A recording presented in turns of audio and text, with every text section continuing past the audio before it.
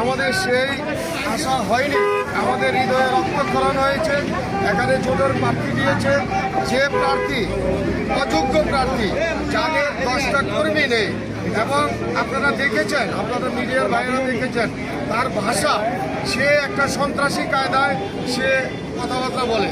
তার সাথে যত ধরনের লোক আছে এই বিএনপি নামধারী, তাদের মধ্যে আপনারা সবাই, আপনাদের কাছে রিপোর্ট আছে যাতে তারা কেউ চাঁদাবাজের সাথে জড়িত, কেউ মাদকের সাথে জড়িত, কেউ ভূমিদস্যুর সাথে জড়িত। এবং উনিও যে ভাষা বলে এই কাসিমি সাহেব, উনি কিন্তু কওমি মাদ্রাসায় লেখাপড়া করেছেন, আমিও কওমি মাদ্রাসায় কিছুদিন লেখাপড়া করেছি। উনি আমার জুনিয়র। সে মাওলানা কাসিমি সাহেবের কাছে, নূর হোসেন কাসিমি সাহেবের কাছে লেখাপড়া করেছেন, বাড়ি দাদা মাদ্রাসার ওস্তাদ। ওনার ব্যাপারে আমি সমস্ত কিছু জানি।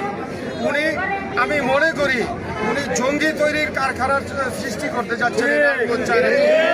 আপনারা দেখেছেন শামীম ওসমানের এই নারায়ণগঞ্জ 4 আসনে যেই সন্ত্রাসী বাহিনী ছিল, সেই সন্ত্রাসী বাহিনীদেরকে পুনর্জীবিত করার সে পায়তারা করতেছে। ফতুল্লাহকে আবার সন্ত্রাসের দিকে নিয়ে যেতে চেষ্টা করছে। তাই আমি বলতে চাই, আল্লাহ সাহেব একজন সজ্জন ব্যক্তি, ইনশাআল্লাহ বিপুল ভোটে পাস করবে।